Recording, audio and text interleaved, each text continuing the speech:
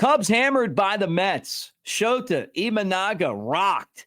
Christopher Morel in the cleanup spot, not driving in runs, and the Cubs offense as a whole, dismal again in an 11-1 loss yesterday. We're going to take a look at the standings. We're going to talk about what the Cubs should do to get things turned around and more right here on the Cubs Baseball channel. Thanks for hanging out. Like, subscribe, share with your Cubs friends. Let's get this thing started.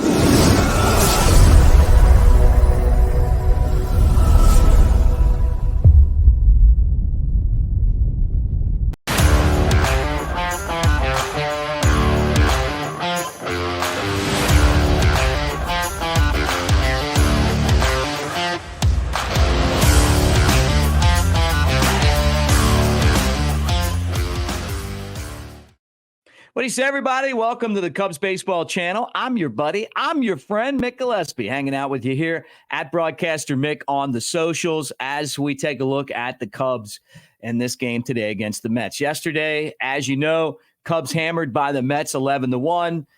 They were beaten into the ground, and it started early and often. Shōta Imanaga with his first really, really bad outing.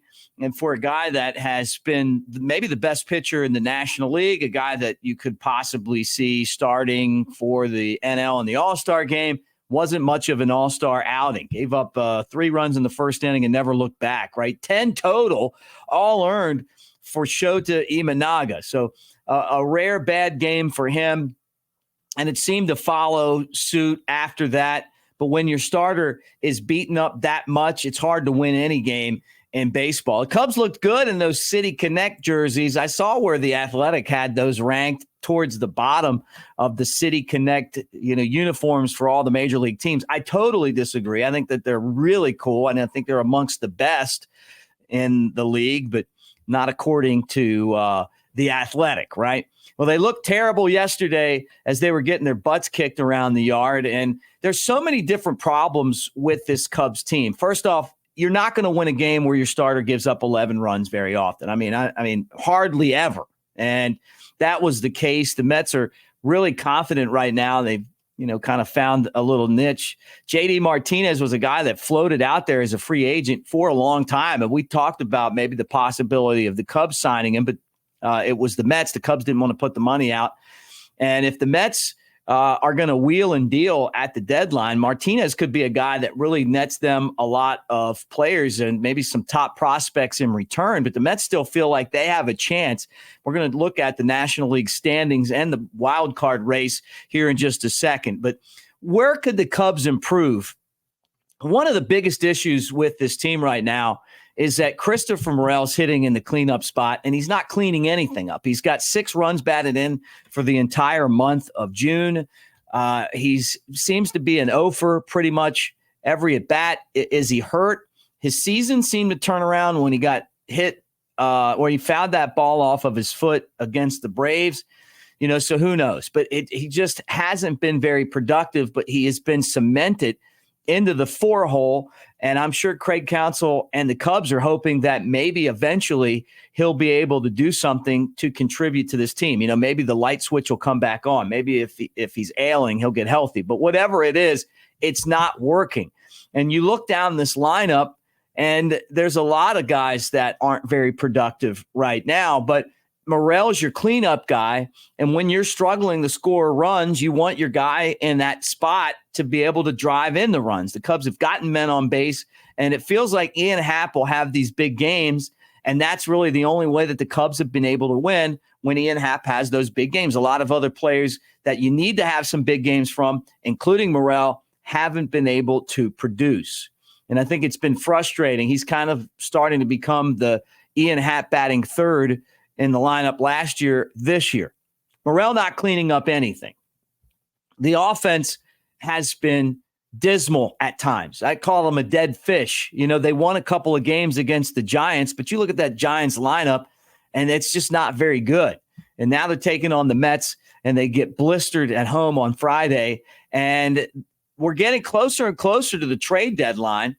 And the question's going to be, how much do you trust this front office to go out and make deals that are going to benefit the Cubs down the road and not this year? And are you going to really trade away some of your top future prospects for a team that's, I don't want to say buried because they're not, but of the pack of teams that have a chance, they're still pretty far back. Let's put up the standings right now after yesterday's loss.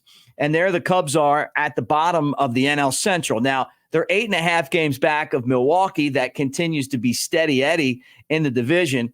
But they've fallen back behind the Cardinals, the Cincinnati Reds, and the Pittsburgh Pirates are a half a game ahead of the Cubs, 36-40. And wins have been few and far between for the Cubs here of late. And it just doesn't feel like there is any help on the way. The bullpen's not very good.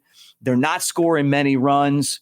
And defensively, David Bodie's actually, I think, helped them out a little bit in that, on that infield, but they haven't been very good defensively either. I mean, it's really a recipe for exactly what we have right now, and that's a last place team.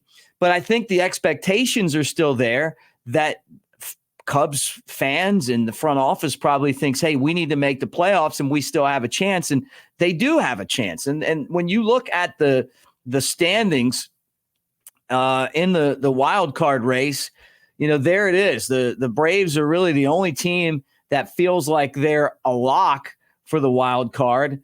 Then you got the Diamondbacks and the Cardinals are at 500.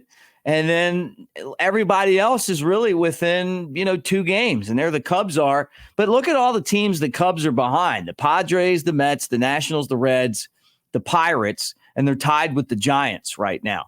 So, do you still feel like, and you guys tell me in the comment section, do you still feel like the Cubs are a contender?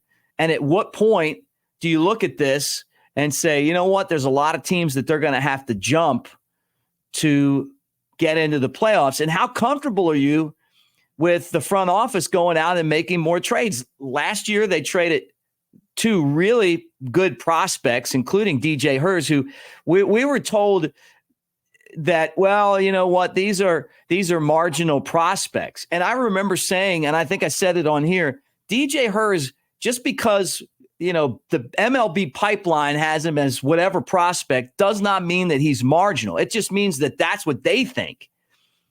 And now look at him. I mean, he's off to a really great start in his major league career. A left-hander with a very good changeup, a guy that can strike out batters, a guy that has won and done well at every level. And now the Nationals actually ahead of the Cubs, and they've got Hurst in their rotation. And the guy that the Cubs traded to come to fall 1 game back last year and not make the playoffs is on the Reds. And Candelario, and he was hurt for half of the time the Cubs had him with the back injury, right? Maybe if he'd have performed, we wouldn't be talking about this. But are you going to want them to trade away Matt Shaw? Or you want them to trade away James Triantos? You want them to trade away Kevin Alcantara, Alexander Canario, and get back another rental? You want another guy like Jose Cuas to come in and be like a bullpen guy that you can't really even rely on to pitch as a mop-up guy because he gets hit so hard? I mean, those are the questions that you have to ask. And the reason why you make those deals is because of this right here, because there are a ton of teams that are in the mix for the postseason. Not many teams are out of it. And the funny thing is, like, you roll this up and the teams that are out of it in the National League, the Rockies and the Marlins, everybody else right now is still alive for a wild card berth. So it's going to be another one of those sellers markets. But some of these teams that are 2 games back, that are a game and a half back, are going to have to decide whether they're in it or not, right? And we'll find out I think the Cubs are going to try to be in it. I wouldn't be surprised if they made a move. I think that there's a lot of pressure on the front office to get to the postseason this year because, like it or not, in this business, if you don't make the playoffs, then you don't stick around very long. And when you look at the Cubs payroll, how many teams on this list that are ahead of the Cubs have spent more money than the Cubs on payroll? And I think that's a fair analysis here. You got one of the highest payrolls. Why are teams that are spending less money ahead of you, right? Shouldn't the money translate into wins? Well, it doesn't. But if I'm owning the team and I'm looking at that, I'm going, hey, you know what? Why am I spending all this money on these guys to be a last place team? So I think that's where we are right now. Now, Cubs have a chance to get back in the win column today. 120 against the Mets at Wrigley Field. Jameson, Taillon, who got to give him credit after struggling last year and being, I felt like, amongst the biggest disappointments on last year's team, has totally turned it around, and he's had a really, really solid campaign. 3-3 record and a 3.08 ERA. He'll go up against Tylor Megill, who is 2-3 with a 3.52 ERA. The Mets are hot right now. I mean, you're talking about a team in the Mets that ever since they had Grimace from McDonald's show up, they are on fire. They've won 8 out of 10 games. They beat the Cubs, obviously. They're actually only one game out of the playoff mix because of that. So they had the guy from McDonald's, Grimace, throw out the first pitch, and I don't know why, but that apparently has sparked this team. Last year it was the Grimace shake, and this year it was the Grimace first pitch. Anyway, that's where we are going into this game today. Now, I want to talk about the MLB at Rickwood game. I was there. That's why I didn't talk to you guys yesterday, because I was at the game. Ant took over, and I'm back, and I can tell you that it was one of the best experiences of my baseball life. It's, in a way, it was as exciting as being at the World Series in 2016. I just didn't have the knots in my stomach wondering if the team was going to win or not. It was a different fun because, that being at that World Series, I wanted the Cubs to win so badly that I couldn't really relax and enjoy the pageantry, right? I was there game 3. Here comes the team, and, it was crazy. Like, hey, we're in the World Series finally.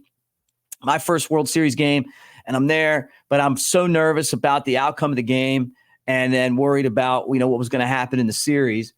And this was very similar. And that I was excited. It was fun. MLB did a great job with it. We got a chance to honor not only Willie Mays and his life and his amazing accomplishments, but also all of those amazing guys who played in the Negro Leagues, which they brought these guys in from wherever they could get them, and they got honored. You saw the game out on the field. Honestly, I was disappointed that the Cardinals won because I hate the Cardinals, but they did win. And they had their uniform on, their throwbacks. They were the St. Louis Stars, and then the San Francisco Sea Lions. That was the team that they represented. But it was just an amazing night, seeing all of those Hall of Famers that were there. Reggie Jackson, Derek Jeter, and Ken Griffey Jr. I mean, it was so much fun. So if you guys have any questions, get in the comments section and ask me. But and maybe some of you guys were there as well. I should show you my getup for the event. Let me see if I can pull that up, because I'm sure you guys are going to want to see what I was rocking at the event, because it was, I don't know. I felt like if they're going to wear throwbacks, I should wear throwbacks, right? I mean, okay, here we go. Got it right here. A lot with football, but a real major league game, and to honor the great. Got it right now. Put it up there. You ready? Occasions. Boom, there you go. Not only was he a great player, but he was a great person. Look at that outfit. And it is so cool to be here and kind of remember a legend. Is he better than Babe Ruth? Yes, maybe. I gotta but say, they're the two best. We're in SEC country. This has the energy of an SEC Saturday. This is one of the biggest sports. There you go. So that was me at the Rickwood game, guys. Love throwback baseball history. More than half of the guys in the Hall of Fame played at that Rickwood Field in their career. And it's actually older than Wrigley, which is amazing, and Fenway. So, but Major League Baseball did a great job, and they deserve a lot of credit for putting that together. And I'm so glad that I was there, a part of it. But anyway, look, guys, thanks. Comment section. Let me know what you think. Like and subscribe to the channel. And let's hope that the Cubs can get back on track, because this season I feel like it's getting away. I mean, they're 4 games back, they're teetering, and then there'll be 5 games, and then they'll win 6 games. But you lose the Shōta game. That's been the one thing that the Cubs have had to rely on to keep them in the race. And so someone else is going to have to step up for this team now. Go Cubs.